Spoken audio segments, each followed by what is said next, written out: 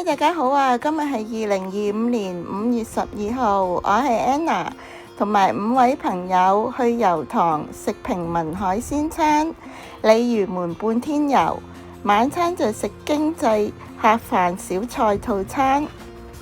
請大家 like、comment、share， 就記得 subscribe 我 channel 啊 ！Let's go！ 我今朝10點鐘早到咗油塘地鐵站，經過呢間茶記研究所，食咗一個早餐。熱嘅茶酒茶味香濃，牛角包鬆軟，沙律蛋味道唔錯，羅宋湯葱粉味道比較鹹，42蚊味道唔錯，非常抵食。我哋約喺油塘港鐵 A2 出口高輝道等，步行咗20零分鐘就到達咗崇磨徑潘記飯檔。由於食晏嘅關係，十分之多人。另外呢，佢都有45蚊嘅自助午餐嘅，好多呢喺附近工作嘅地盤大哥呢都會嚟幫襯。今日呢啲餸呢都已經係攞咗好多啦，白飯就任裝嘅。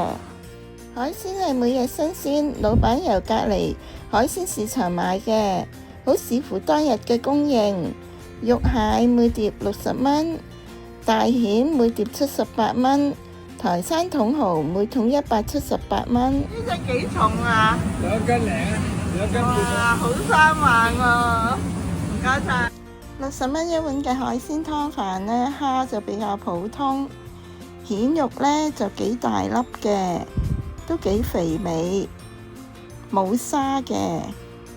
海鮮湯底呢就好鮮甜，都配咗有勝瓜嘅，白飯可以任裝。280蚊一隻嘅花龍蝦，我哋5個人要咗3隻。出呢龍蝦亦都好爽爛嘅，食落去呢就有啲過火，肉質呢都好鮮甜。由於煎過火咗少少，肉質呢就唔夠爽彈。花龍蝦呢係傾 size 嘅，充滿咗金黃色嘅龍蝦膏，好甘香鮮甜。朋友知道我鍾意食龍蝦膏，叫我食埋蝦頭嘅膏，好好味。每一隻龍蝦呢都會加送一份例牌貴妃雞嘅。另外呢，我哋都點咗呢個紅燒台山茼蠔，朋友呢讚幾好味。貴妃雞呢蒸得好嫩滑嘅，又唔肥，味道呢鹹鹹地咁，有雞味。台山茼蠔呢唔算太大隻。紅燒汁呢個味道唔錯，蠔嘅本身好鮮甜，好腥味。令到呢個普通台產話即係有成隻手掌咁大嘅。咁大隻瀨尿蝦呢，外皮拆得好鬆脆，又有乾濕蒜，肉質呢晶瑩剔透，新鮮爽口彈牙，好甜味。5個人呢就食咗1428，價錢都合理嘅。可惜今日嘅瀨尿蝦就冇膏。跟住行過鯉魚門嗰邊行下，門口見到一樽金鯉魚醬，幾靚。今日唔太熱，陽光唔猛烈，海風吹埋嚟好舒服。有幅鯉魚門歷史嘅指示牌，再向前行，穿過南大門，好多海鮮酒家，就見到風和日麗嘅石灘。陽光普照，係第一座嘅觀景台。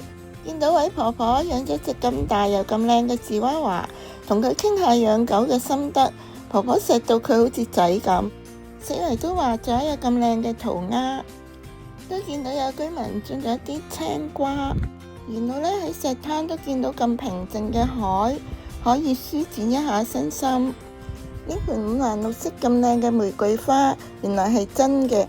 再向前行有一座天后宮，大家可以參拜一下。繼續行冇幾耐呢，就係石礦場。昔日嘅石礦場呢，好空曠，係第2座嘅觀景台，可以打下卡。仲有一啲山景。回程見到塊可愛嘅石牆，大家覺得似唔似海獅啊？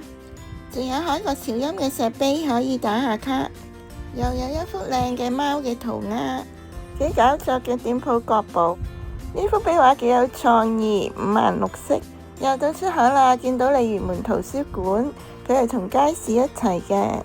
跟住行咗去油塘高超道大本營商場逛咗一陣，搭港鐵 A2 出口長沙灣廣場呢間小廚講座嗰度食晚餐。店鋪地方光猛整潔，後裝嘅朋友買咗呢支 whisky， 試少少好鬼辣，估唔到咁經濟嘅小廚，黃金蝦煮得香脆好味。招牌菠蘿咕嚕肉同樣出色，甜酸度適中，外脆內嫩。點任何兩款嘅小菜就送呢個烤雞，雞肉嫩滑之餘有雞味，好出色。秀珍菇紅燒豆腐煲呢就比較鹹。炒粿條呢好夠鑊氣，有蝦同埋火腿，咖喱味又唔太濃，好食。經濟晚餐價廉物美，5個人就食咗387蚊，相當抵食。今日分享係咁多啦，多謝大家收睇，我哋下條片再見啦，拜拜。